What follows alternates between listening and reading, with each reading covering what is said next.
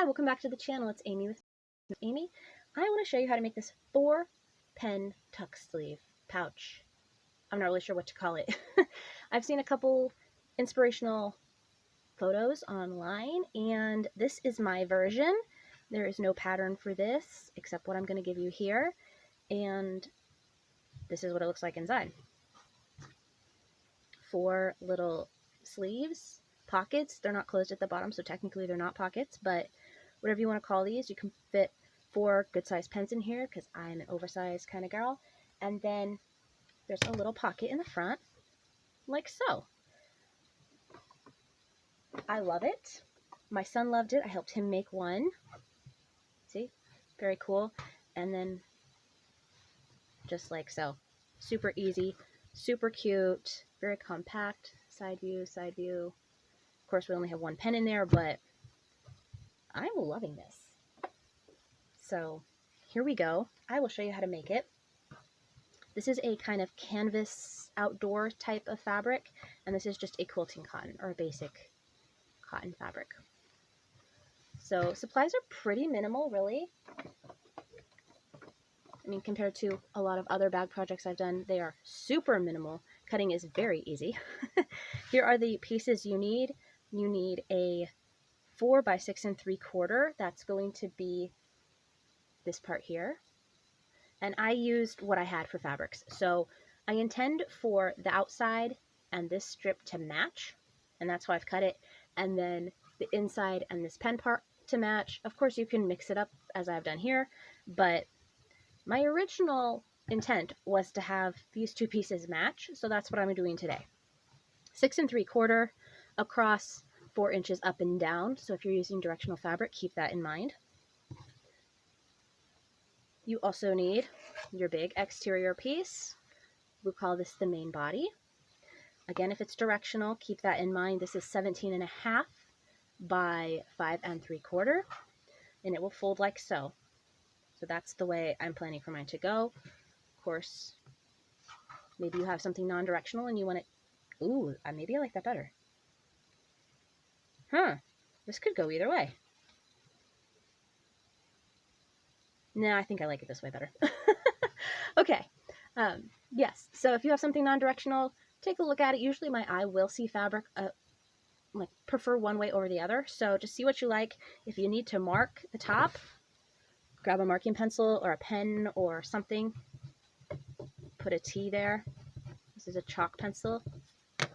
There. I think you can see that. You're going to match those dimensions for your lining piece. And I wanted to use this. I thought this would be super fun. It is seamed right here because I did not have very much of this fabric. So as long as you're putting your seam like 8 inches or further down, you're not going to see it. So there we go. Mine's at about 11 inches. I thought this was super fun. And it's the same 5 3/4 by 17.5. And then a pen sleeve pocket type of piece. This also had to be pieced. I only have this much left. So yeah, it's going the other direction. No one's gonna see it. This is 7 wide and 5.5 tall. There we go. Now interfacing, I have 2 pieces here. This is what I used on the original one, just these 2 pieces. This is 5.5 wide, 17 even tall. And I'm using Fusible Fleece, Pellon Fusible Fleece, I think. Some sort of fusible kind of thin batting. So you could also use a batting and a spray adhesive or something like that. That would work too. This is 1 by 6 1/4. Yes, 6 1/4. Okay, and for this one, I'm going to go ahead and get a second piece. It's pieced together, but you know, I'm just trying it out right now. See my little seams? If you zigzag your batting scraps or Fusible Fleece pieces together, you can use it. Just put them right next to each other. Don't overlap. Or you'll have weird bumps. But I'm going to use those 2 long pieces to interface both and pad both the exterior and the interior. So front and inside of the case, because I want it a little bit squishier than my original. It's a little bit thin. Like it's okay, but I want to see how it turns out with 2. So we're going to do it with 2 today. Now, before I adhere these to the wrong side of their fabric, I'm going to flip, and I'll do this for both of them, but I'll just show you the one since they're the same. This is a 5.5 inch Creative Grids. Can you read that? It's very clear. Circle ruler. It came in a package of circle rulers, 1.5, 2.5. Is there 1.5? Maybe it's 2.5, 3.5, 4.5, 5.5, 6.5. That sounds right. I think you can only get them in the packet. You can't buy them individually, but you can make your own circle template, recycle a ice cream tub lid or whatever. Or just draw a paper one. But if you're using a non-acrylic one, you probably want to just trace the edges and then cut it out. Otherwise, you risk trimming away at your template. So I've just aligned it here, top and on the sides. And since mine is an acrylic template, I'm just going to trim it like so. Maybe. This is a very dull blade. I only use this for interfacing and papers. So there we go. And you do that for both of them. Or the one if you just want it a little thinner like I did at first. That works too. And then I always do the wrong side. I don't know why. But align it again. You're going to do one edge. It's not going to reach all the way because this is 5 3/4. So do one side at a time. I don't know if this is sharp enough to cut fabric. Yeah. It's going to take a few tries. There we go. And then move it over. Top, and now your other side.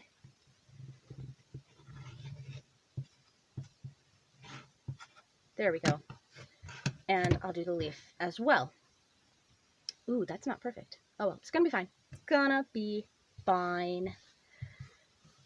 So I'm going to trim the other 2 to round them, and then adhere my Fusible Fleece. The other thing I'm going to do at the iron that you need to know about is this piece, the little strap.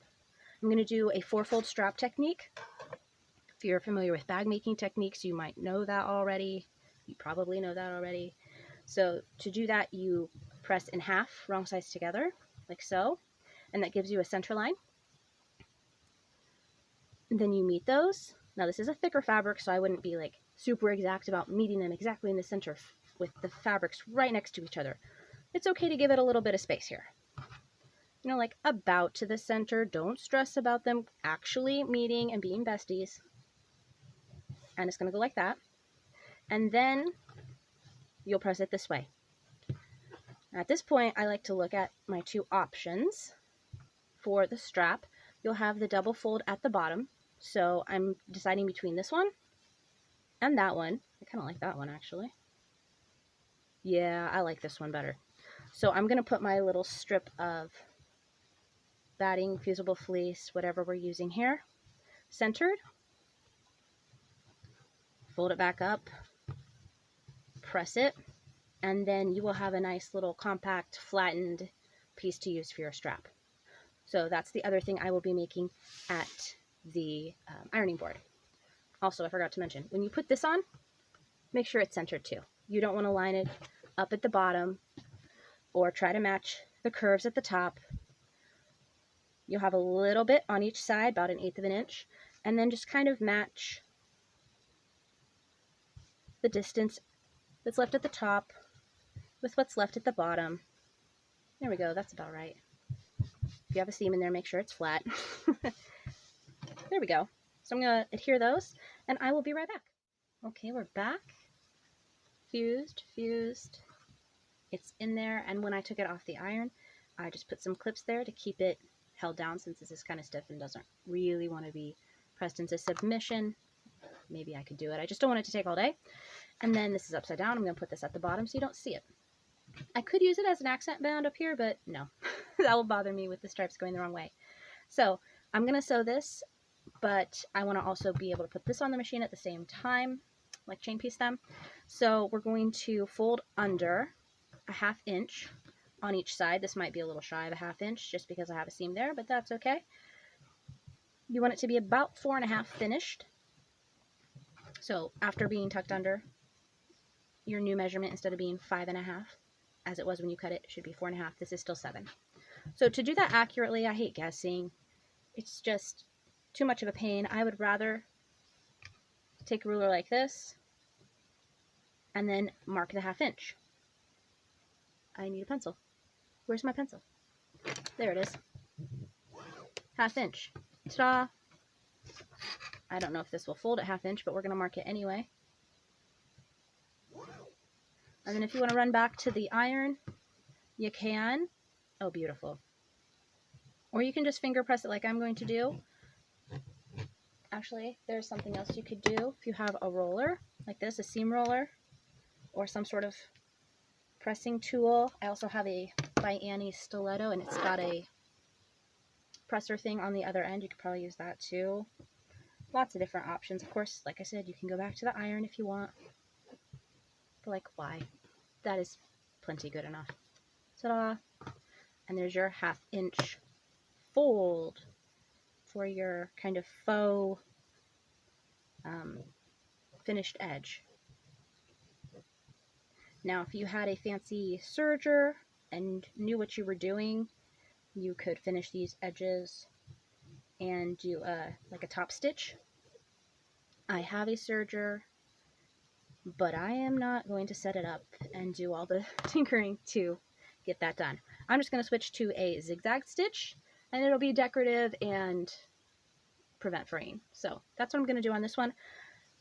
Just like that. Regular straight stitch, slightly longer than usual because it is a top stitch, so it's a little bit decorative.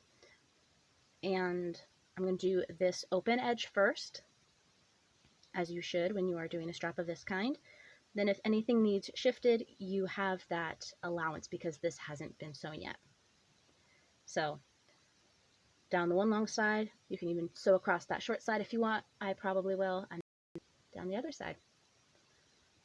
It's best to keep the side you are using on the top because usually your stitches look the prettiest on the top, especially if your needle is getting dull as mine is. So I'm going to give these two their top stitch and I will be back.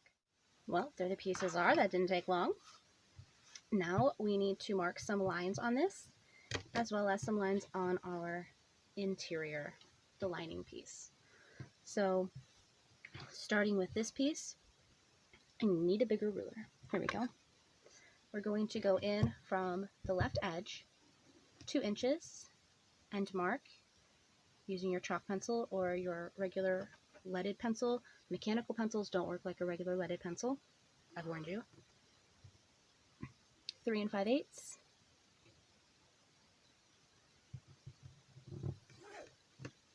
Top to bottom. And 5, this one doesn't have 5. And 1/8. So what's that, like 1.5 inches from the last one?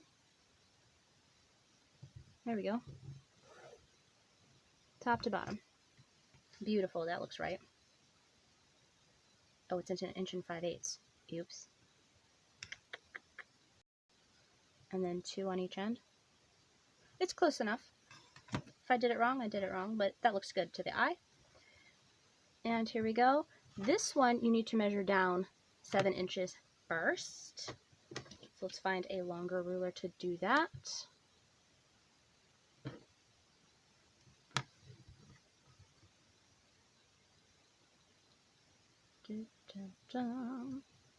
We make a nice light mark along there to keep it straight. That's probably too light for you. It goes right across here.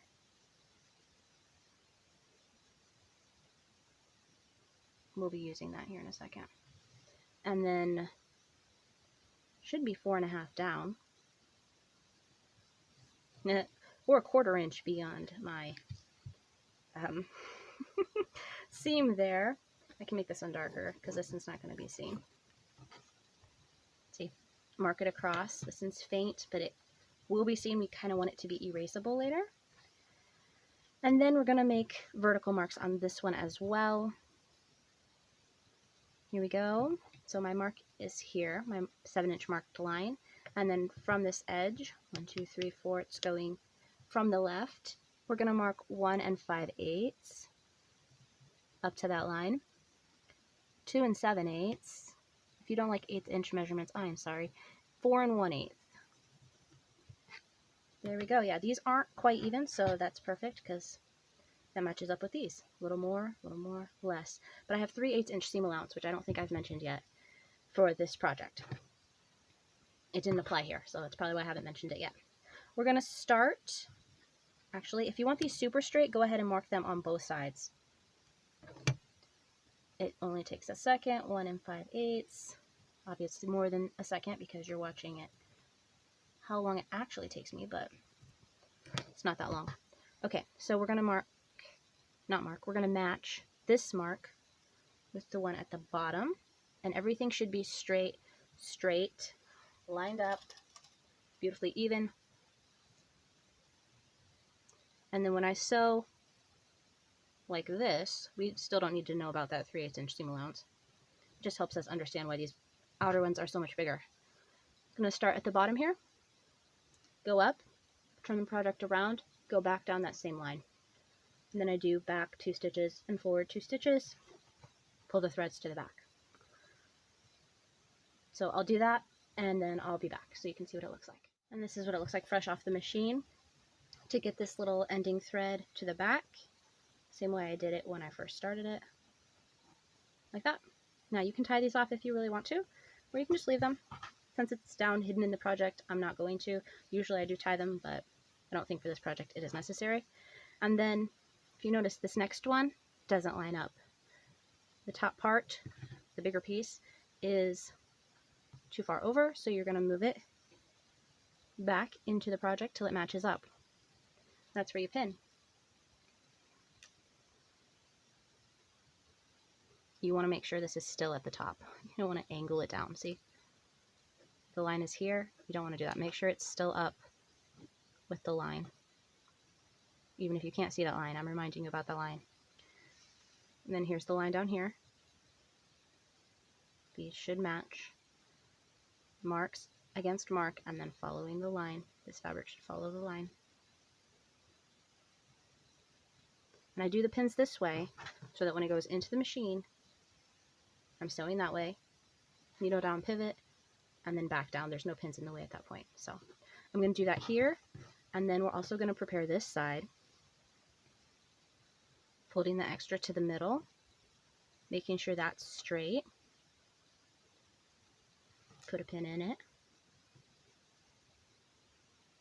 Do it right along the line. That's just how I do all of my projects that have this kind of pleat tuck thing in them. And then again along the line, matching the marks.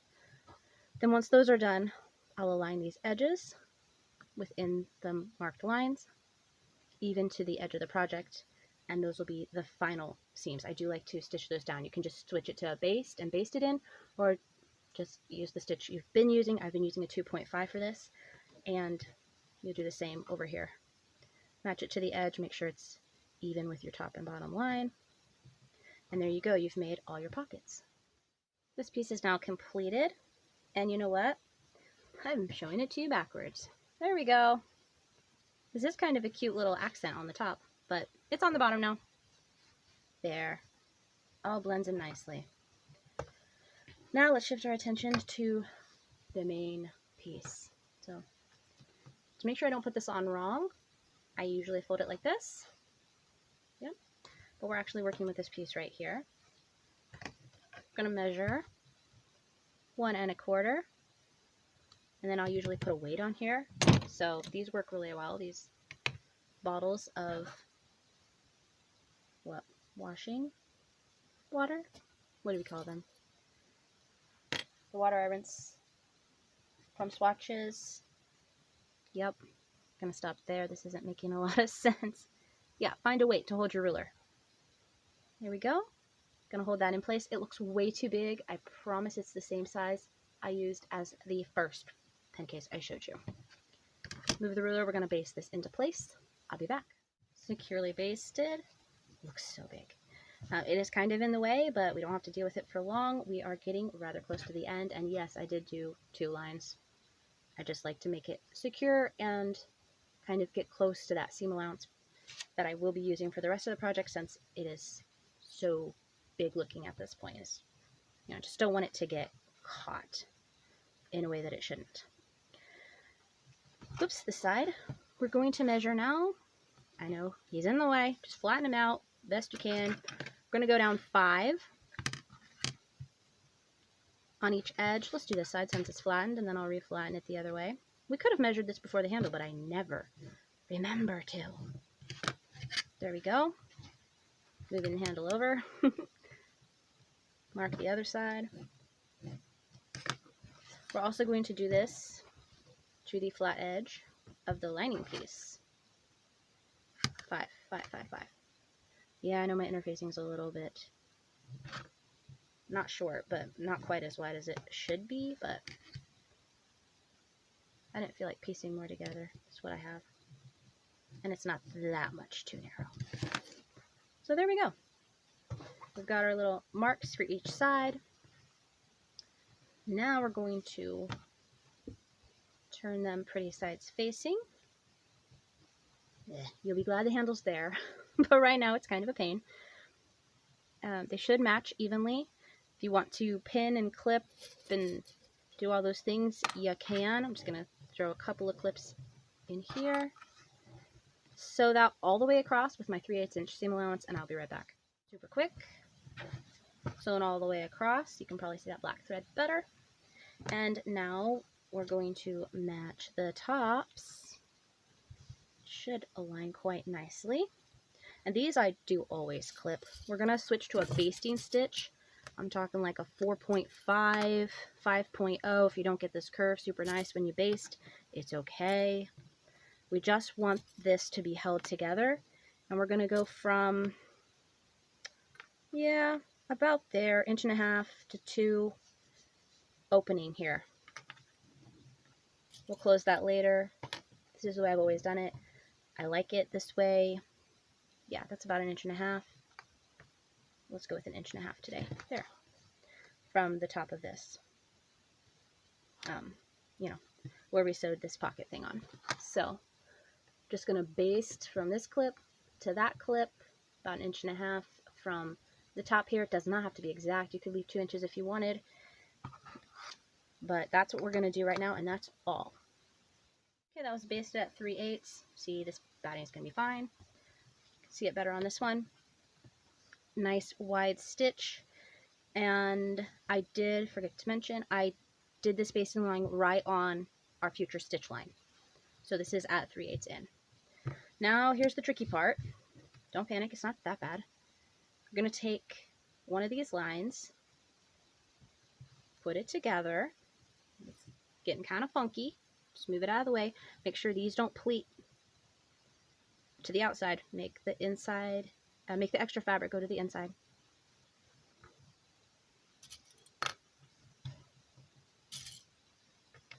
These clips are upside down. I'll have to flip them over. Is that? Oh, it is both. All right. I'm going to get all the layers. And how do I know this is upside down? Because this seam is on the other side. And that's where we'll be sewing it from. And it does bother me when the clips are upside down. So here we go. Let's flip it over. Get that extra fabric to the inside.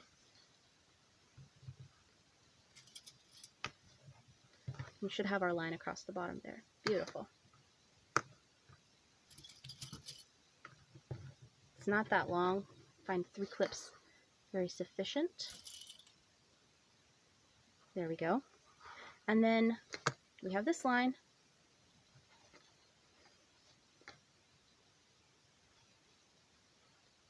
A little bit forward. Move, move, move. There we go. It should be even. It is. Beautiful. And we want this side to be on top. 2 and 3. Again, it's wanting to push out. So all those little extra bits, push them inside.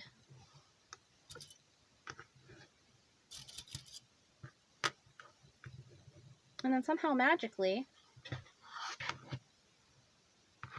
there, it's all come together.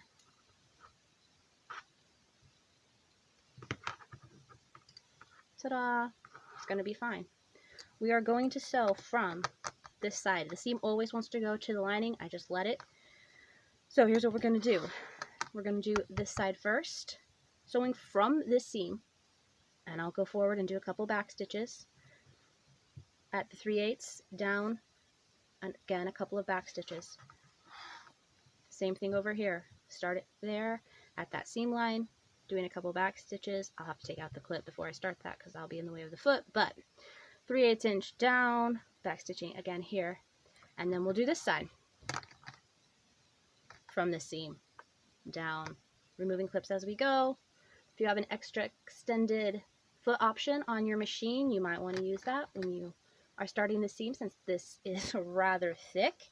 And I'll be back once that is done to show you how to finish it up. And I'm back. My son calls this the rounded creeper. See him? Yeah. So there you go. It's a trifold type of situation. We are going to finish this now. Basting stitches off.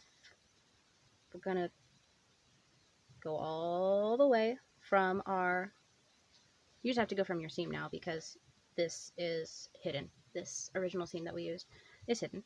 So from here, up and around, we're going to skip a section. Here, let me mark that for you. Returning, yes, it has basting stitches in it. We'll take them out later, about 2 inches, and then continue it and stitch up this part because you don't want that to be left open. So regular stitch length, about 2.5 at 3/8 all the way around to hit the pin. Don't hit the pin, but you know, that's where it's marked. You can sew off the edge. I find that helpful for turning in later. And then from here up to where this pin is, about 2 inches for opening, and this is 2 inches from here. I'll be back in a second. And that's done. There we go. You can see here. If you have basting stitches that are inside, like to the inside of your actual final stitches, they're basting stitches. We made them basting stitches for a reason. I mean, I guess you could sew these parts with the top flopping around, but no thank you. Just going to take these out all the way over to here where they join. I don't care if they join. And then a few right here. And the trickier fabrics you use, this is pretty stiff and sturdy, and I was probably just going too fast and not staying within my seam allowance. But if you would use something stretchy or severely unforgiving, then you just need to be cautious, and that's not the word I'm looking for. You need to be aware of this and check it. Now, if you notice here, that white stitch I just did does not go over these black, which means that was the bottom as I sewed it. They just go to it. Same over here. There's actually a teeny tiny gap where they don't touch, but it's gonna be fine. Oh, I forgot to open our opening. Those basting stitches have to be removed regardless of whether anything else had to be taken out up here. And then let's not forget to trim. There we go. Now this should be open. Yep. And we're going to trim my giant all-purpose scissors, whoops, as I shake you, like so. Basically back to where your, it's not interfacing. I mean, it is an interfacing. Fusible Fleece. Yes. Like so. Yep, lovely. And then the corners, you're going to angle up, leaving about a 1/16 there at the bottom, like so. This one's white, sorry.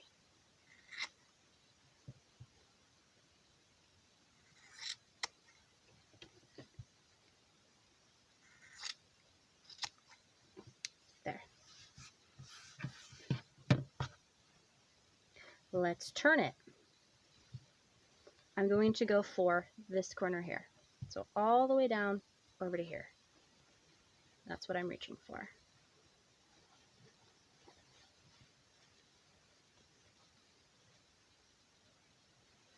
there.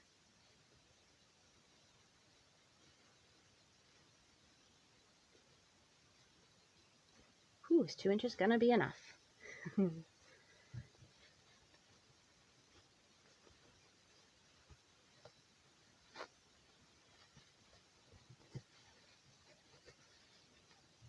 Don't abuse it, but do be, you know, firm. You're the boss here. I find it helps to kind of rotate the project as I pull this out. There we go.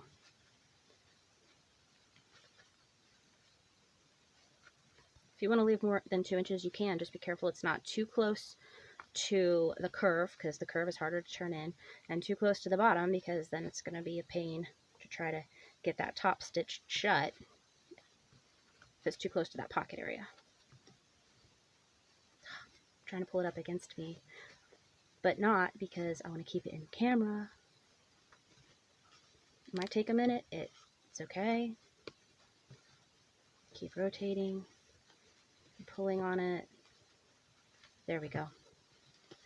All right, so we're going to have those 3 Minecraft creeper sections. This is the curve, and I find it really handy to have, this is my favorite turning tool. I think it's a Dritz. I have a wooden one as well, a bamboo one from Missouri Star Quilt Company, and I prefer the plastic one. I like the slipperiness of it.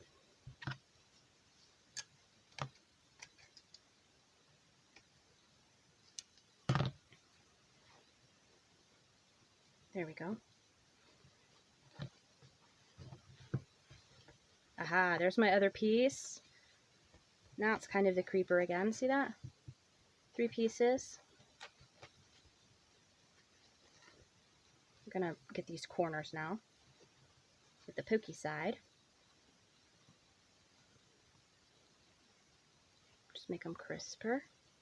Bring them out. I don't recommend scissors. I have heard of people doing that. If you want to risk it, go for it. But I didn't recommend it. There we go. And then we're going to do this purple one. I know it's sticking up into space, but give it the same love and attention the other one got. There we go. So now you have your little trifold book type thing. Ta-da! It's not what we're going for though, so we're going to pick up this seam. You don't want to, you know, have the whole thing in your hand, but pick up this seam, first half, and then we're going to push in. Hold on, I'm going to get a point here in my finger, maybe, and push it down to this point. Same with this one.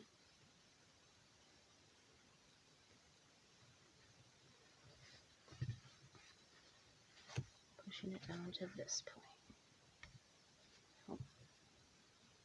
There we go. So we can press it now. I'm not going to, but we can. If I were giving it as a gift or something, I would. But you're basically almost done. Anyone notice the straps on the wrong side? Fixed. Oh, it's going to be so cute. Look at that. This is sewn. I just didn't get it pressed out, I guess. Oh, I love it. Super cute. Okay, and I love this fun inside. You can't tell I pieced it. Can't tell at all. So the only thing left to do is to turn this in, which is probably one of my least favorite steps of the whole process. But it's so close to the end. Gotta just do it.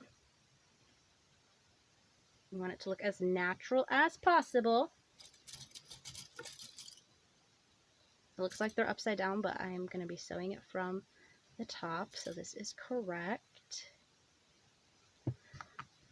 There we go. Where did those come from? Beautiful. So I'm going to top stitch from about the top of the pockets, or you can go 1/4 inch up from them, or 1/2 inch up, or whatever. I'm just going to go like 1/8. from here to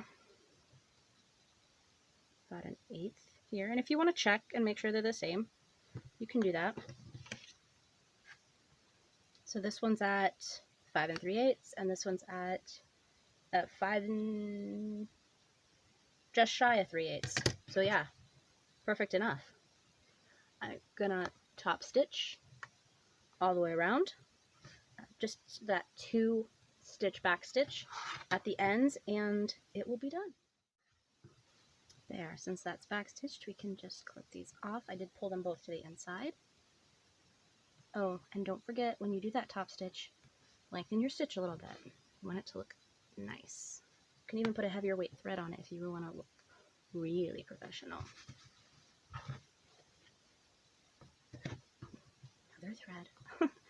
There we go. Beautiful.